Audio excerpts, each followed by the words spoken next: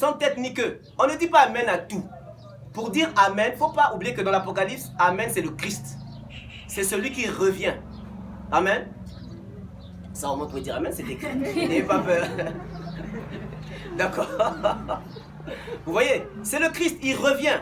Donc, même quand vous partez, j'attire toujours votre attention. N'allez pas sur Facebook, quelqu'un qui a pris ces images, qui est venu poster ça, il a pris un texte là, il a mis là, et puis il dit, allez, bon, quand tu sens que ça plaît à tes envies ou à ta chair, ou bien ça correspond à tes ambitions personnelles, allez, tu vas mettre Amen. Ne mettez pas Amen à ces choses-là. Amen, c'est la parole. Si quelqu'un a pris un texte biblique, pardon, il a plaqué là, et oui, on dit Amen. Mais si c'est il est monté, descendu, il est rentré, sorti, discernez ce qu'il veut dire. Parce que lorsque la parole de Dieu s'exprime, c'est pas pour nous faire plaisir. Dieu n'a jamais parlé pour faire plaisir à l'homme. Ça, qu'on ne vous trompe pas. Ce sont les prédicateurs qui vous séduisent avec ces affaires-là. Oh, je proclame, cette année, tu vas marcher sous tes ennemis. Mais les ennemis, voilà. Moi, hier même, j'ai écouté des choses là, on était dans un contexte là. Est-ce que qui peut me montrer ses ennemis? Il y en a beaucoup qui ne connaissent même pas ses ennemis, qui les ont jamais vus. Bon, vous voyez qu'on est dans une sorte comment dire, de moule en porcelaine où on est en train de nous tourner dedans par des choses qui, mais je vous dis que la vérité, c'est scandaleux. On perd le temps.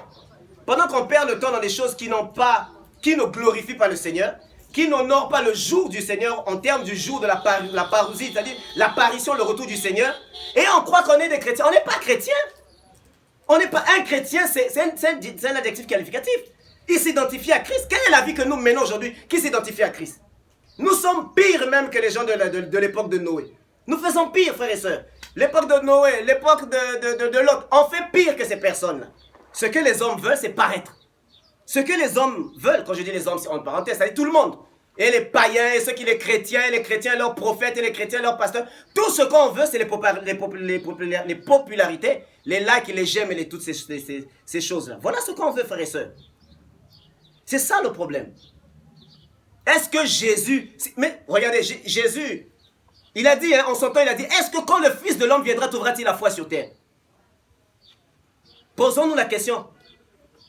Est-ce qu'il trouvera la foi, frères et sœurs? Mais on remplit les églises. 5 000, 10 000, 15 000, 20 000, 30 000, 50 000 personnes dans les églises. Vers qui orientons-nous ces personnes-là?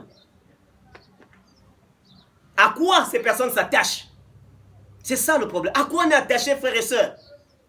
À quoi la foi des chrétiens est attachée à quoi aujourd'hui? À la chorale, au bâtiment, au pasteur, aux frères et sœurs. Mais pas à Jésus. On connaît nos églises mieux que nous connaissons Jésus. Parce que quand Jésus parle, on est obligé de faire recours à certaines personnes pour dire, ah, explique-moi un peu ça, est-ce que ça c'est Dieu? Mais c'est clair que c'est Dieu qui te parle. Tes oreilles là sont où? C'est Dieu qui te parle. Comment tu ne connais pas le langage de Dieu? Si tu ne connais pas le langage de Jésus, c'est que quand il apparaîtra et qu'au son de la trompette va sonner, tu ne partiras pas. Le jour du Seigneur, c'est son apparition. Ce n'est pas le dimanche, ma soeur, mon frère. Le jour du Seigneur, c'est le jour où le Seigneur va apparaître dans les airs, dans sa gloire. Et encore même, parce que là, c'est pas tout le monde qui le verra. Je dirais même mieux que le jour du Seigneur, c'est lorsqu'il va rendre justice aux impies. Et aux justes, et qu'il va juger les impies. C'est là le jour du Seigneur. Oui, maintenant il dit que maintenant je peux tirer vengeance de tous ceux-là qui m'ont crucifié. Oh, mais moi j'étais pas là lorsque on a crucifié Jésus. Tu étais là.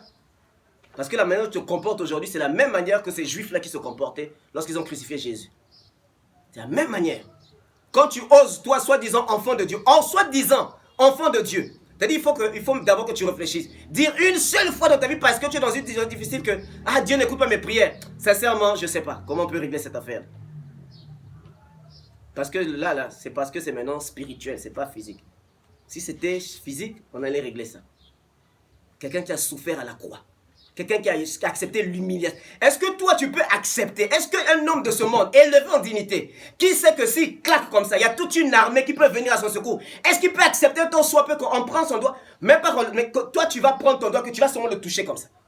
Est-ce qu'il peut accepter, nous, aujourd'hui? Quand tu dis seulement quelque chose, quelqu'un va te dire, tu sais qui je suis, moi? Là, il te laisse le temps de te racheter, parce que s'il ordonne, toi, là, tu disparais. La personne te dit, tu sais qui je suis. Mais Jésus a dit à Pierre, moi, si je veux, une armée peut venir. C'est pas par les épées, mon frère. Nous devons revoir notre fameux statut des chrétiens. Nous ne sommes pas des chrétiens, arrêtons ça. Arrêtons ça, frère. Arrêtons de nous amuser avec la... Ou soit pour toi un bon païen, soit une bonne païenne, mais ne viens pas t'embrouiller s'embrouiller dans les églises. C'est mieux que de faire semblant, frère. La Bible dit, tout ce que nous faisons, Jésus va emmener ça au jugement. Craignons Dieu. Craignons Dieu. C'est ça que les pasteurs doivent prêcher. La crainte de Dieu. Parce que la crainte de Dieu a quitté les églises. Et les pasteurs, et les chantres, et les prophètes, et les prêtres, tout le monde. Il n'y a plus la crainte de Dieu, frères et sœurs. Ça, il faut qu'on se le dise. Il n'y a plus la crainte de Dieu.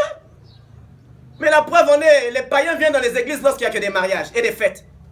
Est-ce qu'ils viennent pleurer là, au devant de l'autel, parce qu'ils ont péché? Il y a Internet, non? Combien de personnes voyons-nous? Nous voyons voir, ah, il y a un païen là-bas. C'est rare. Qui est venu, qui a cherché? Non. Ici, il y a des gens qui prient. Où est le pasteur ou bien l'autre là? Parce que j'ai des choses ici que je vais remonter. La Bible dit que quand Paul a prêché, ils ont brûlé des livres de magie. On voit ça où aujourd'hui? Jésus a changé? Le Saint-Esprit a changé? C'est le même Saint-Esprit. Où sont ces femmes et ces hommes disposés? On est plus dans nos intérêts personnels. Quand on prie même, c'est plus pour nos propres intérêts. On est obligé de courir derrière les âmes. Aïe, ton propre salut à toi-même. Non, moi, ça va, ça. L'esprit de critique, toujours l'esprit de serpent, toujours l'esprit de méchanceté, l'esprit de colère, c'est en toi. Mais c'est toi qui es toujours dans les programmes. C'est quel programme? Arrêtons ça. Jésus n'est pas dans les programmes. Jésus est dans la parole. La Bible dit que quand tu lis, tu ne voleras plus, tu ne voles plus. La Bible dit que celui qui dérobe ne dérobe plus. Il n'y a pas de délivrance ici, là. Il y a une volonté personnelle qu'on arrête. De faire croire que tout est spirituel et que tout est délivrance, c'est faux. C'est faux. La Bible est claire. Celui qui dérobe, dès qu'il a écouté la parole, qui ne dérobe plus. C'est une volonté. On te l'accorde, tu étais païenne ou bien l'autre là, tu sortais avec des hommes mariés, tout ça. Mais quand tu écoutes l'évangile, tu arrêtes ça. Quel que soit, même si le monsieur t'a payé des maisons, même si t'a payé des voitures, tu arrêtes. Et s'il faut remettre, tu remets ça. Parce que tu ne rentreras pas avec ces choses-là au ciel. Mais quand madame paye les voyages du pasteur, le pasteur dévie cette partie-là, ça, il faut me poster ça. Amen. Ça, c'est la vérité. Mais c'est la vérité. La corruption est rentrée dans les églises. De sorte que le Saint-Esprit n'a plus la puissance d'action dans les cœurs. La corruption, le compromis, le chantage est rentré dans les églises. Et on appelle ça église parce qu'on a construit un gros bâtiment et l'autre là. Mais ce qui se passe dedans, frère, il y a des serpents, des rats, des crabes, toutes ces choses dans son intérieur. Et on veut dire que non, Jésus. Frères et sœurs, Jésus, là on dit Jésus. La Bible dit, il est lent à la colère, mais au bout là-bas il y a une colère. Attendons de voir le jour du Seigneur. Les gens vont chercher les responsables, ça sera toi-même. Tu vas chercher ton père. Le pasteur qui m'avait dit, non, toi-même aussi tu aimais ça. Mais toi-même tu aimais ça. Je vous dis la vérité.